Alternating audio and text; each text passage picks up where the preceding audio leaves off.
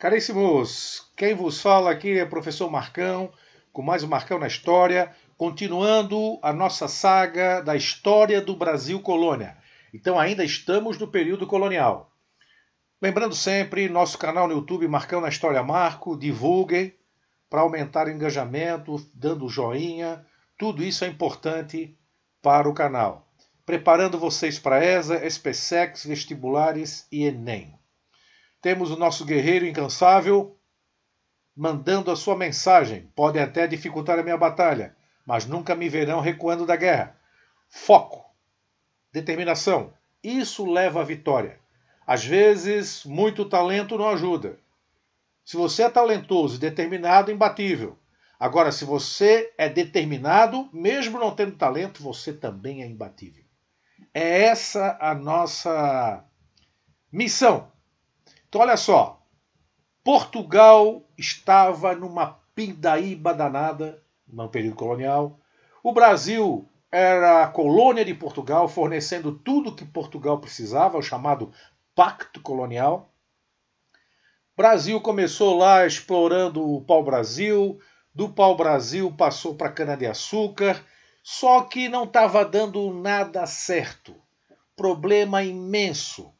Uma confusão danada. E Portugal estava num processo de falência. Porque não era só o Brasil, eles tinham várias colônias espalhadas pelo mundo. Só que não estavam alcançando o objetivo esperado. E Portugal estava vivendo uma crise econômica danada. Aliás, Portugal e Espanha, ali na Península Ibérica.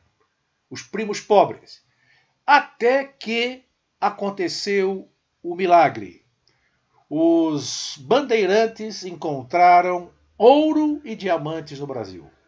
Aí, meus caros, é a corrida do ouro. O foco virou agora para o Brasil. O Brasil agora vai ser o imã que vai atrair portugueses de tudo quanto é canto e também pessoas de outros países. Aula 7. Aula 7, parte 1. Ciclo do ouro, organização da exploração de ouro e diamantes, a mudança da vida colonial, as revoltas dos escravos, o renascimento agrícola no final do século XVIII. Então é esses itens que nós vamos ver agora. O ciclo do ouro e diamantes, aula 7, parte 1. Primeira coisa importante é o seguinte, Portugal estava falido e precisava dos ingleses. A Inglaterra era a maior potência do mundo, maior marinha mercante do mundo, maior marinha de guerra do mundo, poderosos, entrando já na Revolução Industrial maquinofaturada. Então, nós temos todo um processo. A primeira indústria do mundo, usando máquinas, foi a indústria têxtil, a indústria de tecidos. James Watt e Cartwright foram fundamentais. James Watt com a máquina a vapor, Cartwright com o tear mecânico. E a partir daí nós vamos ter a fabricação de tecidos. E Portugal vai se tornar refém dos ingleses. Olha só, Tratado de Methuen, 1703-1836. Tratado dos panos e vinhos. A indústria têxtil inglesa vai fornecer o pano e Portugal vai fornecer o vinho. Uma troca de produtos, mas aí tem tem uma pegadinha aí. Tratado dos panos e vinhos é como é comumente encontrado a nomenclatura deste tratado. Mas também pode sair como o Tratado da Rainha Ana. É a mesma coisa.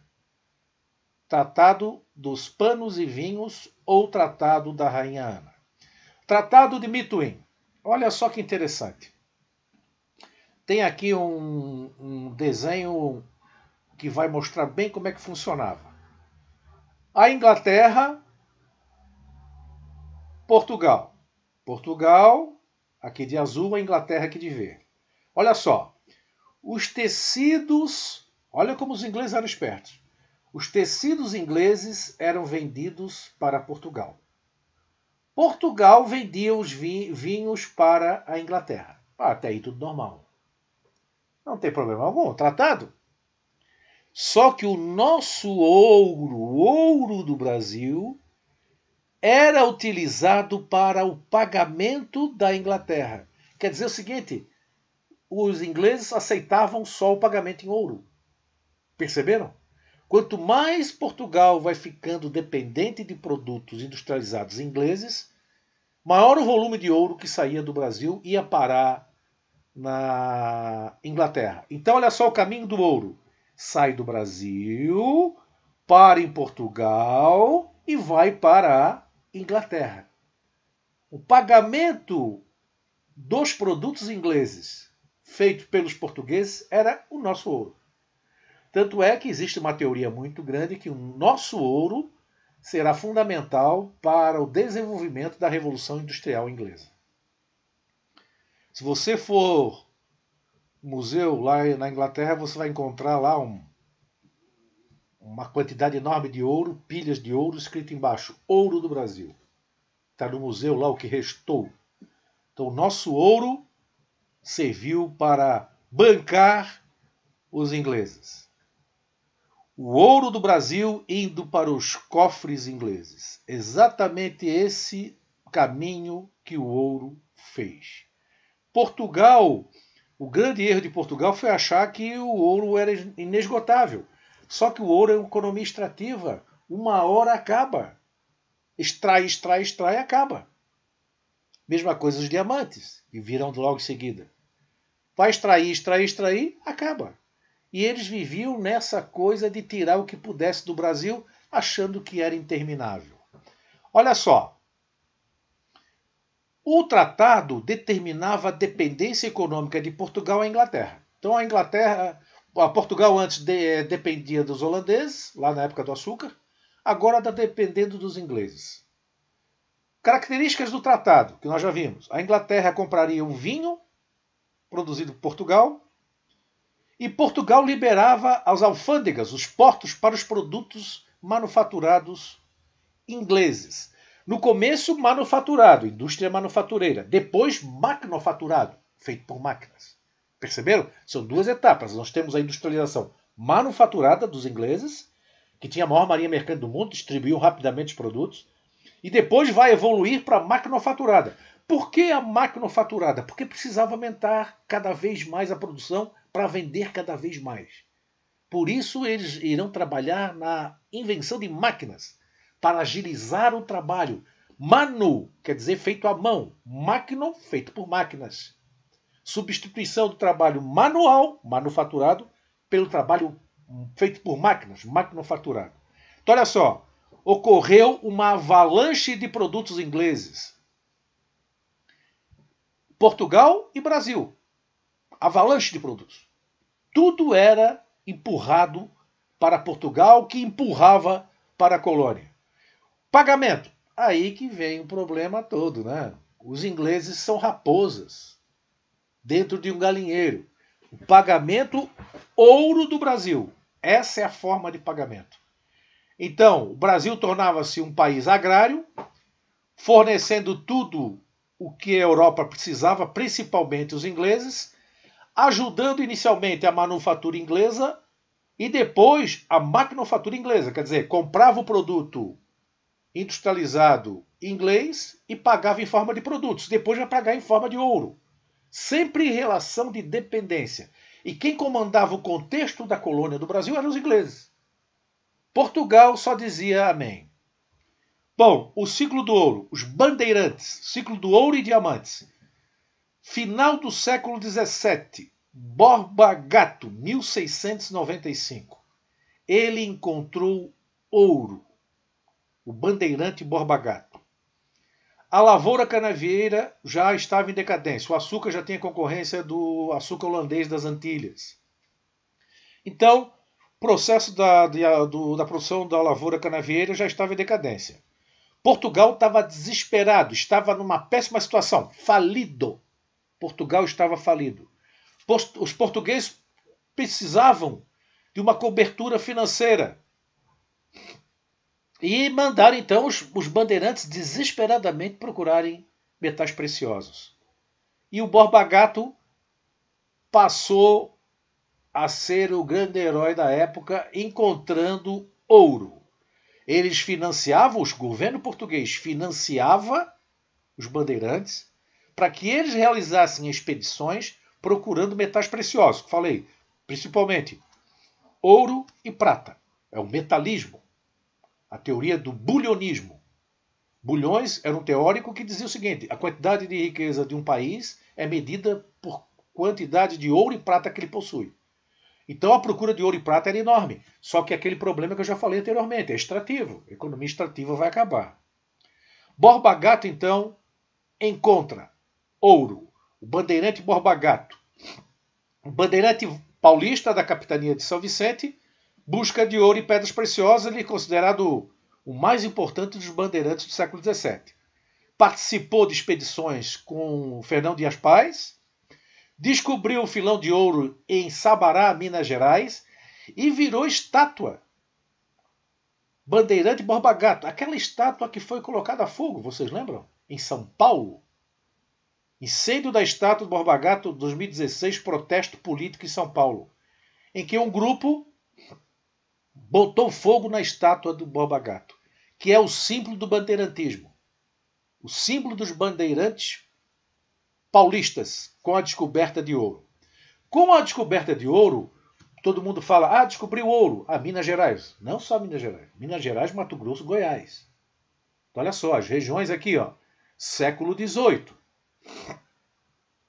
Temos um mapinha aqui, mineração. Essas áreas aqui são as áreas de mineração. Estão vendo aqui? Quadradinho. Áreas de mineração, onde encontraram ouro. E também tropas de muares, né? Mulas e tal, que eram importantes para o carregamento, para o transporte, e também para o gado. Olha só, estão vendo a verdezinha aqui? O gado indo também para as regiões das minas. Sabe por quê? Porque nessas regiões aqui não vão produzir nada. Vão só extrair ouro. Então tudo vinha de fora. E era importante porque o pagamento era feito em ouro.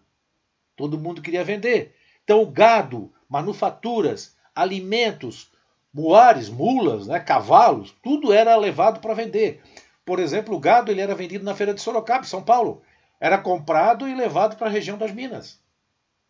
Caminho do gado que liga o Rio Grande do Sul até São Paulo, esse caminho do gado era exatamente para vender o gado para as áreas de mineração. Porque a área de mineração só pensa em uma coisa: extrair ouro. No caso aqui o nosso, ouro. Passeio do ouro. Então olha só, o ouro brasileiro servia para Portugal, mas não solucionou a crise financeira portuguesa. Porque o ouro era embarcado e acabava nos bancos da Inglaterra. Então, Brasil, Portugal, Inglaterra. Por quê? Porque Portugal devia até o fundo das calças para os ingleses. Devia devido à indústria manufatureira inglesa.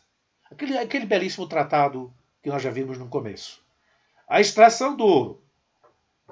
Ouro de lavagem, faiscação ou garimpagem. Mão de obra livre e escrava. Então aqui nós temos uma imagem. Ouro de lavagem, né? Então estão aqui com as peneiras. Aqui nós vamos encontrar escravos africanos no começo, mas também usavam escravos indígenas para esse trabalho, dependia da região. E aqui nós temos os fiscais, os portugueses, né? E os escravos trabalhando, olha só. Fiscalização era constante. Lavra, extração nas grandes minas. Nas grandes minas, não sendo ouro de lavagem, mas de jazidas, era a mão de obra escrava africana. Controle da mineração. Portugal, quando teve a notícia de que tinha ouro no Brasil, mandou para cá os superintendentes, que vinham com apoio militar, guarda-mor, que seria a proteção militar, mor quer dizer maior, comandante militar com seus soldados, controlar a mineração. E o regimento de superintendentes, né? Várias pessoas que ficarão responsáveis. As intendências das minas. A intendência foi criada em 1702, que tinha como função fiscalizar tudo. Por exemplo, gerir os serviços de mineração, quer dizer, gerenciar o serviço de mineração. A grande preocupação deles é que roubasse o ouro. Cobrar impostos do ouro, 1/5, nós vamos ver depois. Um pouquinho mais à frente eu falo mais sobre isso. Distribuir os lotes para explorar o ouro. fiscalizar a cobrança de impostos, regras para todos os trabalhos, julgar casos da atividade mineradora, desde assassinato, roubo, o que acontecesse. Pegou um cara lá escondendo uma pepita, coisa parecida. Isso aí dava pena de morte. Fiscalizar tudo o que acontecia nas minas. Os intendentes eram os responsáveis por tudo.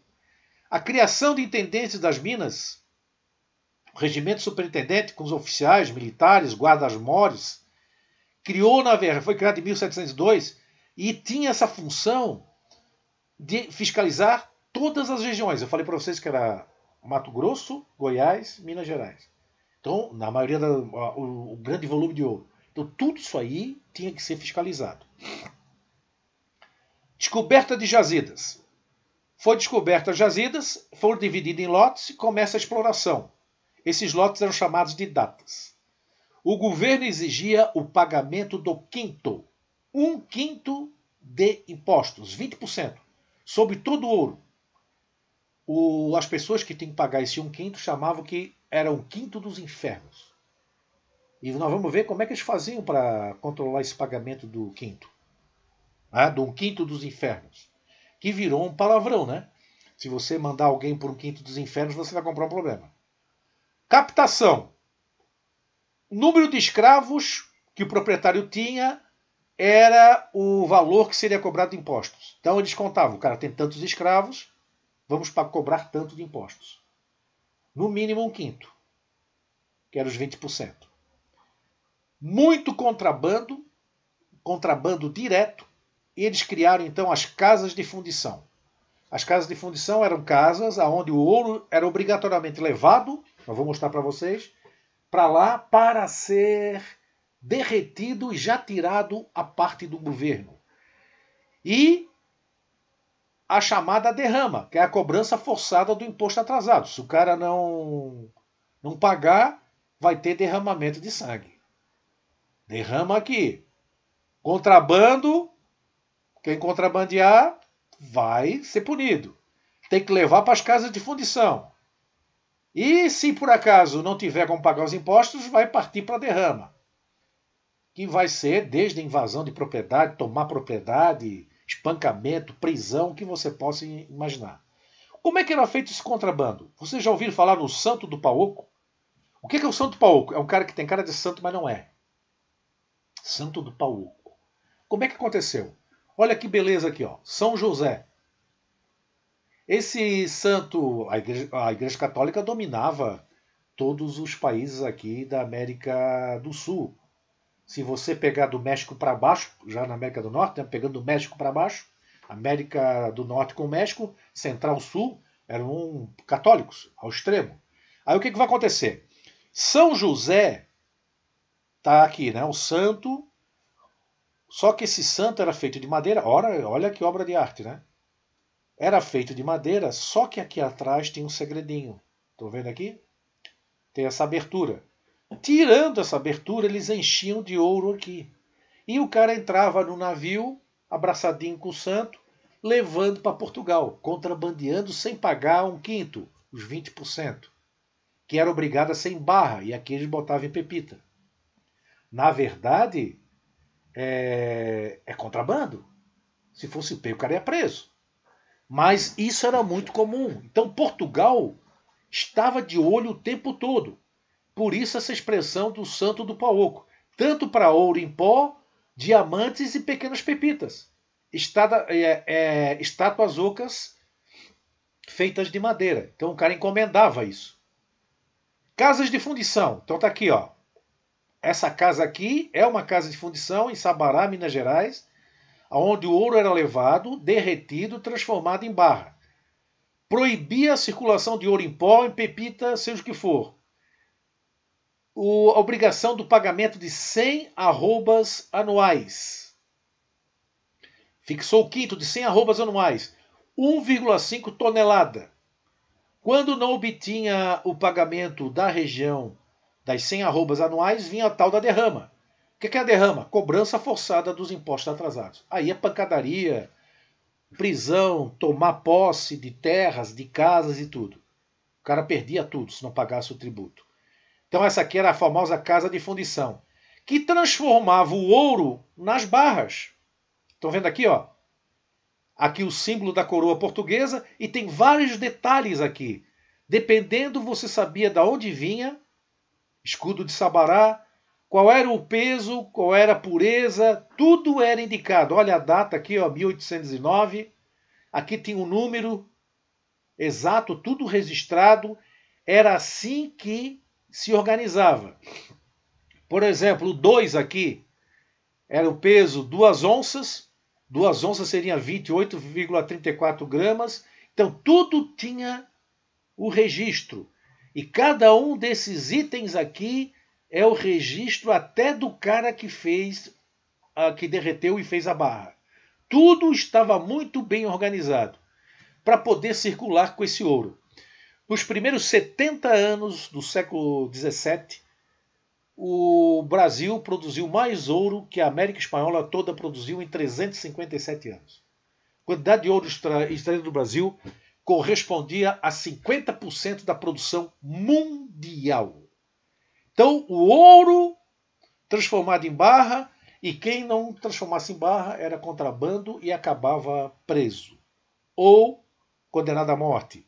E também para aquele que não pagava os tributos, que era a tal da derrama. Tá ok? Então essa é a parte estrutural da cobrança sobre a extração de ouro no Brasil. Então essa primeira parte nós encerramos. Aguardem, vamos continuar para a segunda parte. Abração do Marcão, pedindo o seu like e a sua inscrição no canal. Forte abraço. Fui!